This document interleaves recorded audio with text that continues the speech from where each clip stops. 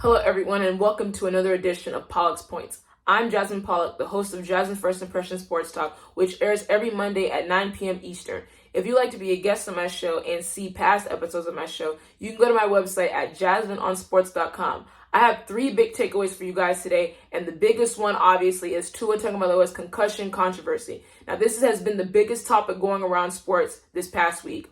The injury occurred, to me, against the Bills last Sunday when he was pushed down on a third down play and he bangs the back of his head. He gets up and he's jogging back to the huddle and then he completely stumbles.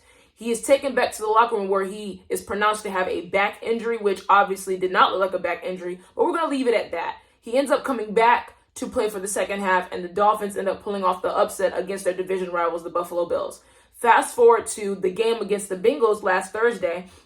Tua Tagovailoa takes another big hit to the head on a sack. He lays there this time, and he looks to be paralyzed, disarray, and he's not getting up. So the stretcher is taken out for him, and he ends up being placed on the stretcher, and he's taken to a local hospital. Now he does have a concussion. The biggest question that everyone was having is, did the Dolphins know, and did they do this the right way? And the NFL now is looking deeper into the situation. The neurotrauma consultant that evaluated Tua is fired because the sources say that they took the wrong measures and they had several mistakes regarding the evaluation. So this is a big issue. And if we find out that the Dolphins knew that he had a concussion and told the world that it was a back injury, the Dolphins need to be punished. They need to have draft picks taken away, and I'm serious. And I like the Dolphins. The Dolphins are my third team, but this is unacceptable. We don't want to ever put our players in situations, regardless of how big of magnitude the game is and how big of a playoff implication the game is. I don't care. You put your players' health first. They're putting their bodies on the line to compete and to play at the highest level. So I hope Tua Tagovailoa gets better, and I hope this doesn't have any long-lasting effects for him. I hope he's able to come back and still play at a high level for the Dolphins because they were on a hot streak. Second topic, are the Ravens trying to sabotage Lamar Jackson? I believe so, because the man wants his money. He wants big money. The reason why the Ravens are relevant right now is because of him. He is carrying this team. Even though they have a lot of great players, but Lamar Jackson, this is Lamar Jackson's team. He is the face of that organization. Past two games against the Dolphins and against the Bills this past Sunday, they let both teams come back when they had big leads, and Lamar Jackson, you can't ask Lamar to play any better than he did. But the one issue I had against the Bills game is with 4 minutes left, all the Ravens had to do was kick a field goal, but you go for it on 4th and goal, and Lamar ends up getting picked off in the end zone. And the Bills end up going down the field, running the clock out, and kicking the field goal to win the game 23-20.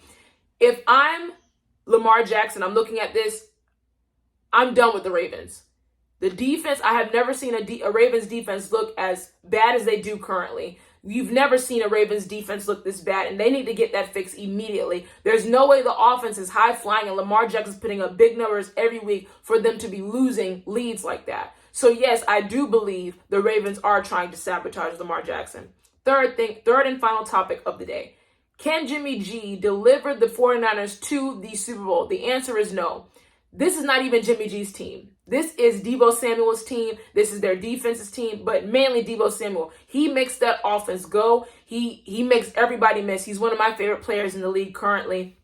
Jimmy G, of course, he has spurts of greatness, and then he has spurts of not so great. And I just fear that when he goes deep into the playoffs and he's playing certain teams like the Tampa Bay Buccaneers, the Eagles, teams that are legitimately a big threat, even the Rams in the playoffs as well, even though they beat the Rams on Monday, I don't think he can deliver or compete with the same quarterbacks. The reason why he's even playing right now is because of the injury to Trey Lance, and which is unfortunate. We hate to see young players like that get injured. But I don't think Jimmy G is going to be able to deliver this team to a Super Bowl, but I think they are a playoff team. It goes as far as Deebo Samuel goes, so we'll definitely see. That wraps up Pollocks Points. See you guys for more Pollocks Points on Friday, and see you on Jasmine First Impression Sports Talk on Monday. See you guys later.